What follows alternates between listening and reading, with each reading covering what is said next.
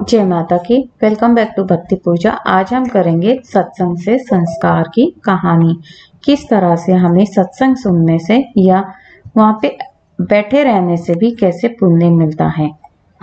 एक संत के पास बहरा व्यक्ति सत्संग सुनने आता था। उसे कान तो थे पर वे नाड़ियों से जुड़े नहीं थे।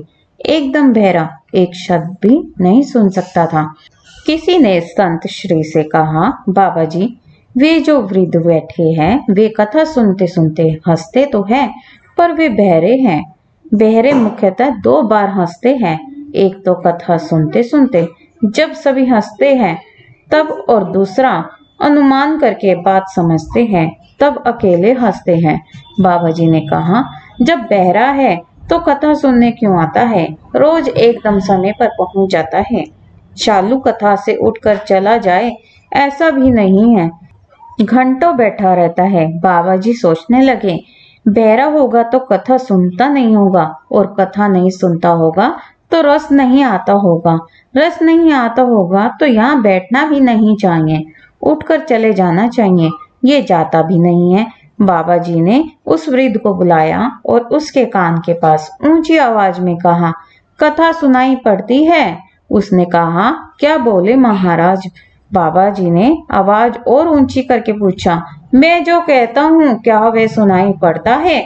उसने कहा, क्या बोले महाराज? बाबा जी समझ गए कि यह नितांत बहरा है। बाबा जी ने सेवक से कागज कलम मंगवाया और लिख कर पूछा। वृद्ध ने कहा, मेरे कान पूरी तरह से खराब है, मैं एक भी शब्द नहीं सुन सकता हूँ। कागज कलम से प्रश्न उत्तर शुरू हो गया। फिर तुम सत्संग में क्यों आते हो? बाबा जी, सुन तो नहीं सकता हूँ, लेकिन यह तो समझता हूँ कि ईश्वर प्राप्त महापुरुष जब बोलते हैं तो पहले परमात्मा में डुबकी मारते हैं।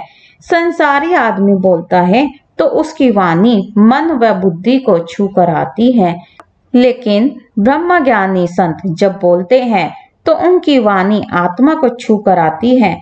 मैं आपकी अमृतवाणी तो नहीं सुन पाता हूँ, पर उसके आंदोलन मेरे शरीर को स्पर्श करते हैं। दूसरी बात, आपकी अमृतवाणी सुनने के लिए जो पुण्यात्मा लोग आते हैं उनके बीच बैठने का पुण्य भी मुझे प्राप्त होता है।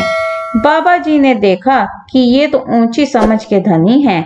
उन्होंने कहा, आप दो बार हंसना आपको अधिकार है, किंतु मैं ये जानना चाहता हूँ कि आप रोज सत्संग में समय पर पहुंच जाते हैं और आगे बैठते हैं, ऐसा क्यों? मैं परिवार में सबसे बड़ा हूँ।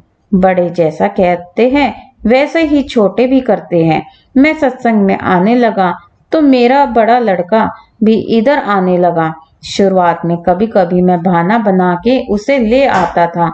मैं उसे ले आया तो वह अपनी पत्नी को यहाँ ले आया, पत्नी बच्चों को ले आई। सारा कुटुंब सत्संग में आने लगा। कुटुंब को संस्कार मिल गए।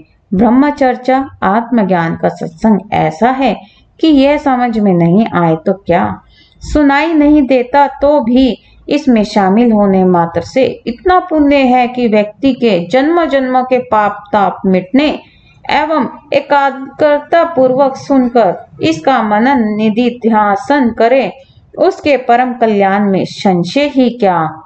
जय जय श्री राधे। तो आपको समझ आया ना सत्संग के क्या संस्कार हैं? तो आप भी सत्संग में जरूर जाया करें ताकि आपका परिवार भी आपके साथ उस संस्कार को ग्रहण कर सके। राधे राधे। हमारे चैनल को लाइक शेयर एंड सब्सक्राइब करना ना भूले। जय माता दी। #भक्ति पूजा।